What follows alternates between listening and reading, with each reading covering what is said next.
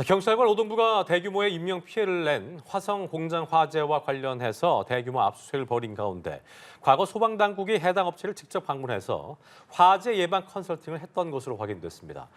해당 컨설팅을 받은 시점은 화재가 발생하기 불과 19일 전이었는데요. 향후 처벌 등에 미칠 파장들 짚어보겠습니다. 네, 한편 프로농구 부산 KCC 소속의 홍 선수가 전 여자친구를 고소한 것으로 알려져 그 배경을 두고 파장이 일고 있습니다. 고소 전말은 무엇이고 법적 쟁점은 무엇인지 임주혜 변호사와 짚어보겠습니다. 어서 오십시오. 네, 어서 오십시오. 네, 안녕하세요. 네. 자, 먼저 대규모 인명 피해를 낸 화성 아리셀 공장 화재 수사 관련 내용부터 짚어보겠습니다. 수사본부가 사고 발생 하루 만에 책임자를 입건했고요. 또 이틀 만이었던 어제는 곧바로 대규모 압수수색을 단행했습니다. 수사가 굉장히 빠르게 이루어지는 모습입니다. 그렇습니다. 강도 높은 수사를 예고하고 있다고 평가할 수 있을 것 같습니다. 네. 압수수색까지 굉장히 빠르게 일사천리로 진행이 되고 있습니다. 그럴 수밖에 없는 것이 정말 대규모 인명 피해가 발생을 했고요. 예. 리튬 전지라는 부분에 있어서 앞으로도 이런 화재에 대한 예방, 대응이 무엇보다도 중요하기 때문에 네. 관련해서 미비한 점이 있다면 좀 빠르게 수사에 나서고 이런 부분에 대해서 처벌과 보완 규정을 마련하겠다는 그런 의지의 표출인 것 같습니다. 바로 이 화재 공장, 이 아리셀에 대해서 압수수색이 진행이 되었고요. 노동부와 공동으로 압수수색에 들어갔습니다. 지금 문제되고 있는 부분들, 근로 형태 부분도 지금 불법적인 부분이 없었는지 이런 부분도 좀 쟁점으로 떠오르고 있고 예. 어떤 화재 대응과 관련해서 어떤 매뉴얼들을 제대로 갖추고 있었는지 무리하게 제조 공장을 운영한 그런 부분은 없었는지에 대해서 좀 폭넓게 조사가 이루어질 것으로 보이고요. 정부가 TF를 구성했는데 이번 사태, 이 화재에 대해서 외신들도 굉장히 큰 관심을 가지고 보도를 하고 있기 때문에 예. 이런 대규모 TF의 구성 역시도 화재 원인을 철저하게 규명하고 이에 따른 처벌을 단행하겠다 이런 의지의 표명이라고 볼 수 있을 것 같습니다. 네, 수사본부 규모도 상당하거든요. 무려 이 130여 명으로 꾸려졌는데 최근에 이제 꾸려진 단일 사건에 대한 전담 수사팀 중에서는 역대급이다 이런 평가도 나오고 있습니다. 이런 규모가 과연 처벌 수위에도 영향을 좀 미칠까요?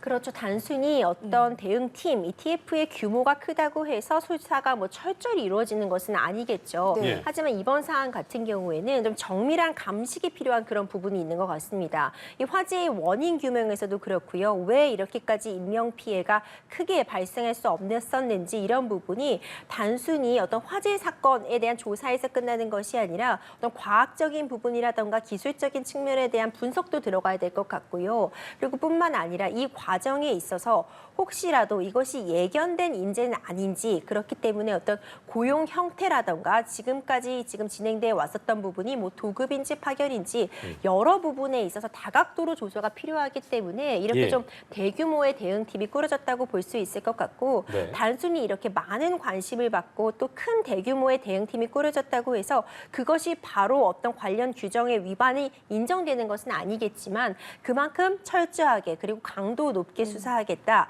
특히 이제 중대재해처벌법 이런 부분에 대한 적용이 예정되어 있는 만큼 이제 그런 부분까지도 철저하게 살피겠다. 그런 의지의 표출이라고 평가할 수 있을 것 같습니다. 네. 그렇군요. 혐의점에 있어서 계속 언급이 되고 있는 게 뭐냐면 이제 중대재해법과 산업안전보건법인데 여기에 더해서 최근에는 이제 파견법 위반 가능성까지 나오고 있는데 어떤 게 문제인 거고 또 이제 그걸 짚어주시고 또 이 실제 외국인 근로자들이 불법 파견으로 확인이 된다면 어떤 처벌이 이루어진지도 정리를 해보죠. 그렇습니다. 이번 사태 같은 경우에는 일단 화재 부분에 있어서는 관전 안전한 그런 조치들이 선행이 되어 있었는지 네. 충분한 대피로의 마련이라든가 그런 부분이 있었는지는 산업안전보건법 위반 여부나 그리고 이와 관련해서 과연 대표자가 이런 안전관리 체계를 구축하고 있었는지 그 부분은 중대재해처벌법으로 다퉈지겠지만요. 예. 그뿐만 아니라 고용 형태 부분도 하나의 쟁점으로 떠오르고 있습니다. 지금 이번 사태에 사실 외국인 노동자들이 안타까운 희생이 참 많이 발생한 그 부분들도 지금 문제점으로 지적이 되고 있는데 네. 이 근로 형태가 어떤 형태였는지를 놓고 지금 입장이 갈리고 있습니다. 네.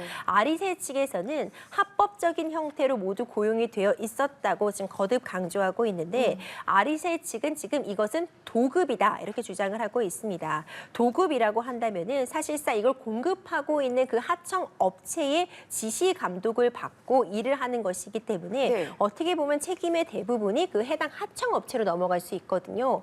그런데 이 하청 업체 측은 이것은 도급이 아니라 파견이다라고 주장을 하고 있습니다. 예. 파견이라고 한다면 정말 말 그대로 그 해당 업체는 인력을 보내준 것에 불과하고 이 근로자들의 지시 감독한 것은 아리셀이거든요. 예. 그렇기 때문에 법적인 평가에 있어서나 추후의 어떤 보상 부분이나 책임을 짐에 있어서 도급인지 파견인지 여부가 굉장히 큰 쟁점이 될 수 있는데 아리셀 측에서는 이것은 하청업체에서 모든 것을 관리하고 있었던 도급 관계다 주장을 하고 있고 예. 하지만 이 하청업체는 지금 이것이 불법 파견이었다는 점을 오히려 인정을 하고 있습니다.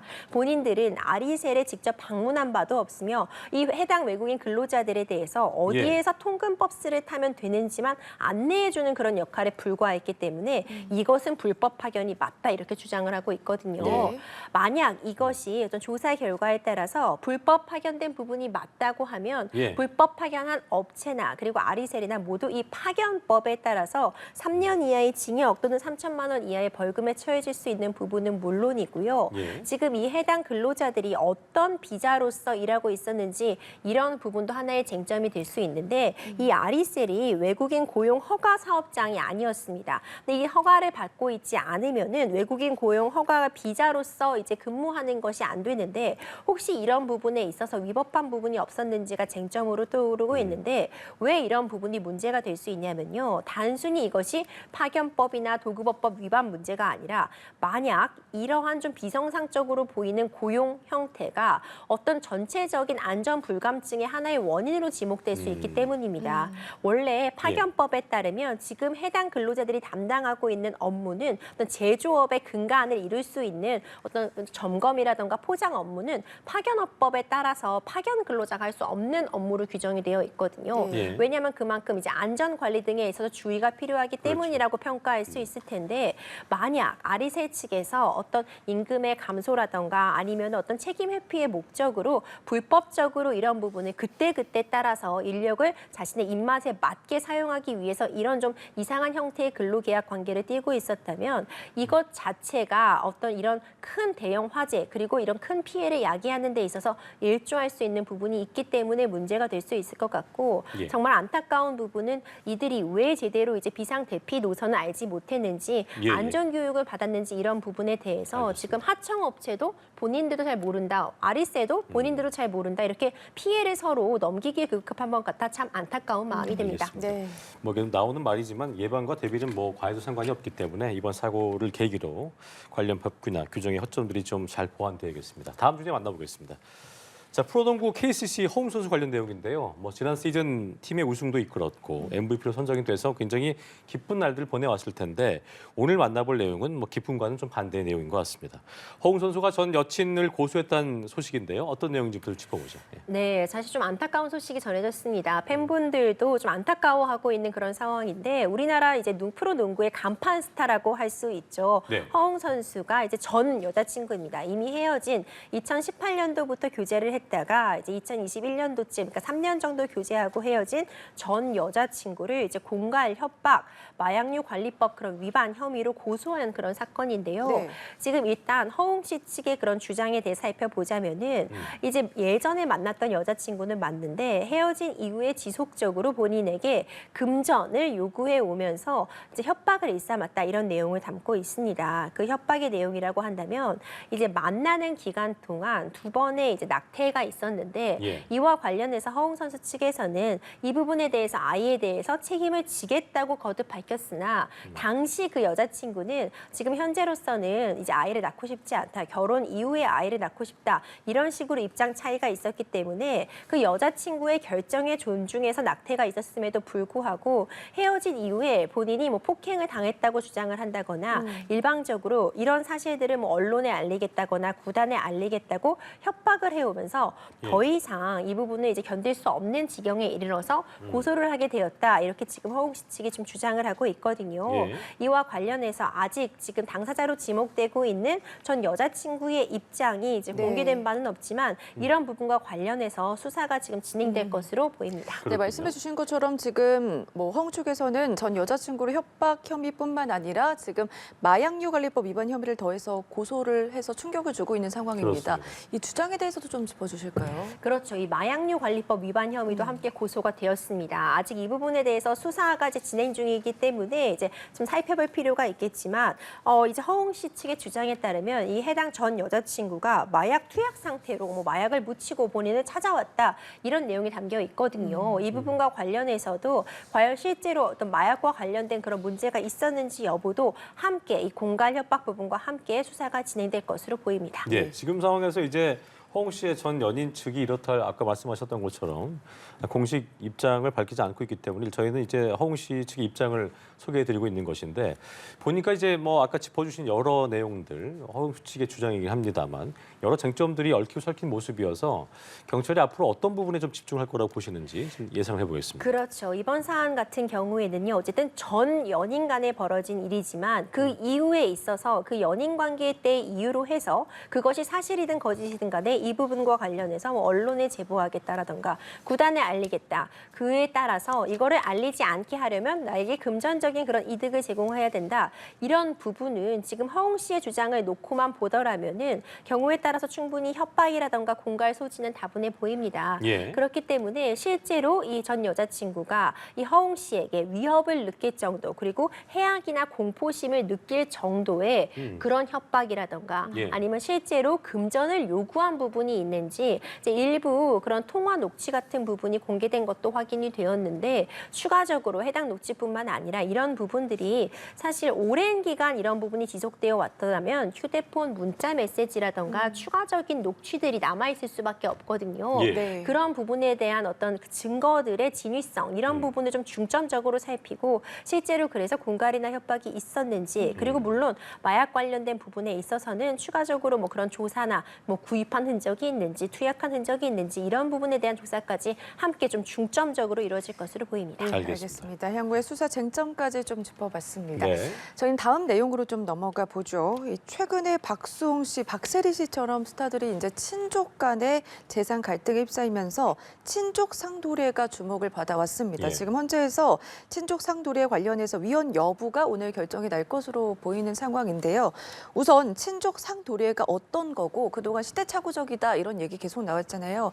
좀 짚어주실까요? 그렇죠. 오늘 굉장히 역사적인 판단이 있습니다. 네. 친족 상도례 조항이 과연 여전히 우리 형법에서 우리 사회에서 의미가 있는 조항인지 아니면 이제 구시대적인 유물이기 때문에 없어져야 되는 것인지를 지금 헌재에서 지금 이 시간 다퉈지고 있는 상황이거든요. 예.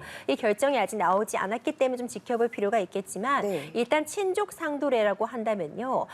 친족 간의 재산 범죄라고 볼 수 있는 뭐 사기라던가 횡령 이런 부분에 있어서는 가족의 일에는 법이 개입하지 않겠다는 취지를 담고 있습니다. 70년이 넘은 이미 조항인데 이 해당 조항에 따르면요. 친족 간의 그런 재산 범죄에 있어서 혈족, 그러니까 뭐 부모 자식 간이라던가 아니면 배우자라던가 동거하고 있는 가까운 가족의 경우에는 아예 형을 면제해 준다거나 아니면 경우에 따라서는 고소가 있어야지 이걸 처벌할 수 있는 그런 친고죄의 형태로 규정이 되어 있습니다. 예. 그렇기 때문에 어떤 가족 간에 일어나는 그런 금전적인 부분은 법이 개입하기보다는 가족 내부에서 자체적으로 해결하는 것을 지향하고 있는 그런 조항인데요. 네. 이것이 사실 다른 나라에도 담겨 있는 조항은 맞습니다. 그렇습니까? 네, 다른 나라에도 이와 유사하게 친족 간, 가까운 가족 간에는 이런 재산 범죄에 대해서 형을 뭐 면제하거나 고소가 있어야지만 기소할 수 있는 그런 규정은 마련되어 있는데 우리나라가 특히 그 범위가 넓다고 볼 수 있습니다. 그러니까 부모 자식 간이라던가 배우자라던가 동거하고 있는 가족 이와 같이 좀 폭넓게 규정되어 있는 측면은 있는 게 맞는데 이번 사건이 사실 좀 촉발된 측면은 특히 박수홍 씨 케이스에서 이 친족 상도례의 문제점이 좀 드러났다 이렇게 평가를 하고 계신 분들이 참 많았어요. 네네. 많이들 알고 계시는 것처럼 박수홍 씨가 이제 친형의 어떤 횡령 문제를 지금 문제 삼고 있고 재판이 진행되고 있는데 그 가운데서 갑자기 박수홍 씨 아버지가 그 형이 한 횡령이 아니라 본인이 횡령을 한 것이다. 아니라 본인이 이것을 계획한 것이다 이렇게 밝혔거든요. 거기에 이 부분이 지금 개입돼 있다는 거죠. 그렇죠. 네. 근데 왜 그렇게 아버지가 밝혔는가를 좀 생각을 해보니까 아버지와 박수홍 씨는 부자 관계잖아요. 네. 그러니까 아버지가 횡령의 혐의가 인정이 된다고 해도 네. 친족 상도례 조항이 적용이 되게 되면 형이 면제됩니다. 아, 형은 아니에요? 형은? 형의 경우에는 네. 고소가 있어야지 처벌을 할 수 있는 그런 대상인데 아, 그렇습니까? 형의 경우에는 처벌이 가능하지만 아버지가 주범이라고 한다면 형은 부수적인 역할에 그쳤다고 한다면은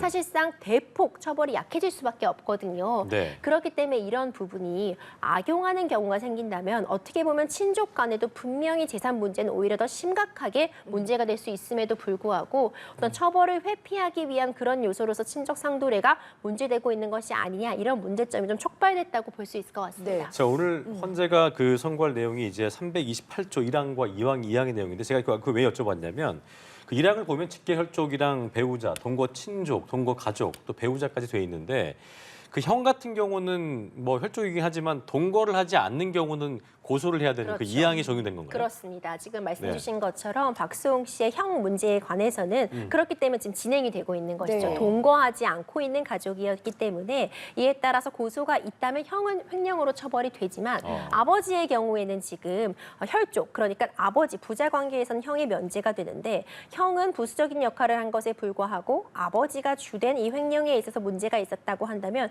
형의 처벌까지 대폭 약해질 수밖에 없는 네. 상황이거든요. 예. 이제 이런 조항들이 좀 문제가 되었고 실제로 이번에 지금 헌재에 올라가 있는 건 여러 건의 그런 친족 상도례가 문제되고 있는 헌법 소원을 이제 한꺼번에 하고 있는 것인데 네. 그 중에 하나가 이제 좀 지적 장애를 갖고 있었던 이 A 씨가 아버지가 돌아가신 다음에 작은 아버지와 함께 동거를 하면서 농장에서 일했는데 예. 동거하고 있는 가족이잖아요, 작은 아버지가. 그렇죠. 근데 이 동거하고 있는 가족인 작은 아버지가 본인이 상속받은 재산이나 퇴직금 같은 부분을 착복한 그런 다 일이 가로 있는데 챙기겠다는 거죠? 그렇죠. 예. 이게 지금 전형적인 동거하는 가족, 친족 상도례가 적용되는 그 재산 범죄였는데 이 부분에 대해서 처벌을 할 수 없다고 밝혀서 네. 이런 경우엔 참 불합리하다 이런 점을 지적을 하면서 이번에 헌법재판에 올라가게 된 것이거든요. 네. 하지만 이미 2012년도에도 이 똑같은 친족 상도례 조항이 헌법재판소에 갔다가 당시에는 5대4로 지금 유지되는 것으로 판단이 났었는데 12년 만에 다시 헌재 심판대에 오른 이 친족 상도례 조항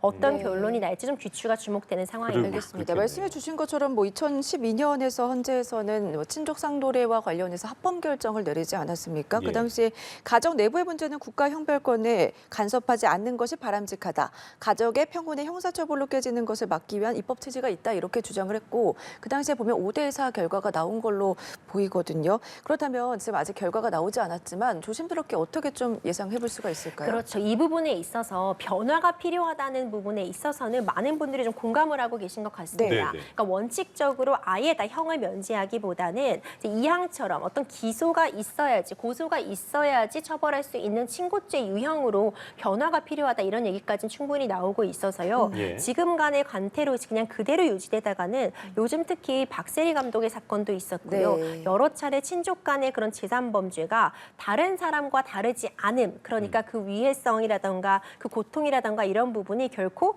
다른 사람, 제3자와의 범죄와 다르지 않음이 좀 입증되고 있는 많은 사례가 있어서 어떤 형태로든 이 부분이 당연 무효가 되지는 않더라도 어떤 입법을 좀 더 다시 해보자 이런 취지의 판단이 나오지 않을까 하는 생각도 좀 조심스럽게 해봅니다. 알겠습니다. 네. 오늘 말씀 여기까지 들어보도록 하겠습니다. 지금까지 임주혜 변호사와 함께했습니다. 말씀 고맙습니다. 고맙습니다.